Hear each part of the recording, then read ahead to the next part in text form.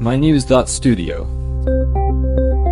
A river in Guatemala was pouring huge amounts of plastic into the ocean until a large barrier stopped it. The big question, can technology and teamwork really shift the future of our seas? Today is July 15th, 2025. The numbers are almost hard to grasp. 11.5 million kilos of plastic have been removed from waters worldwide in just a year.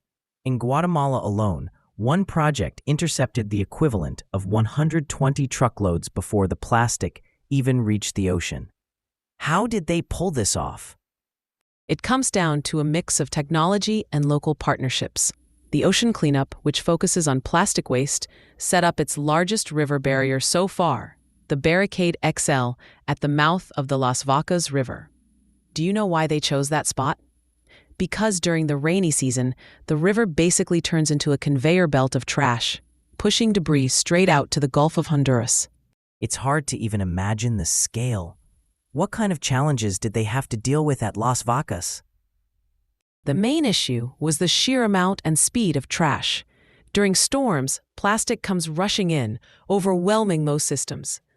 The Barricade XL had to handle these extreme flows. It's like a last barrier before trash escapes to open water.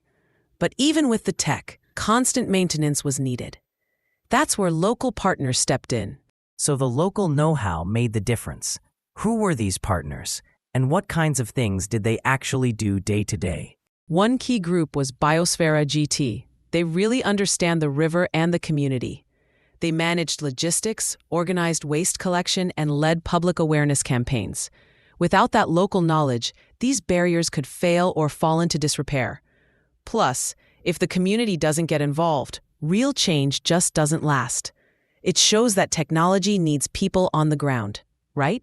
It feels like this could be a model for other places. Combine high-tech tools with local expertise. But is it actually sustainable? Could this work elsewhere? That's the goal. The Ocean Cleanup wants to focus on the 1,000 rivers worldwide that send the most plastic into the sea. They're rolling out more interceptor systems. Those are automated collectors at priority sites. Local partners are always part of the plan, since every river and community is unique. And for the open ocean, they're improving something called System 03, which was tested in the Great Pacific Garbage Patch. And once all that plastic is removed, what happens to it? They're not just moving the problem somewhere else, are they? That's a crucial question.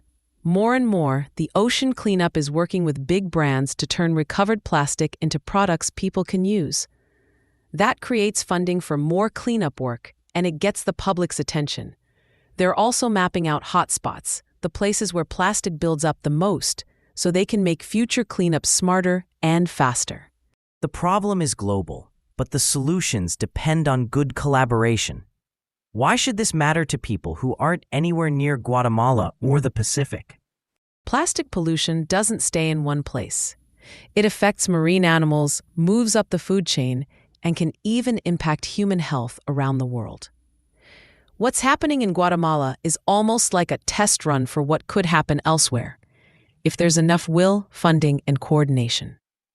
So just to sum up, a record-breaking cleanup in Guatemala, new technology like the Barricade XL, and the vital role of local groups. This isn't just a one-off win, it's a glimpse of what's possible when smart innovation meets local action.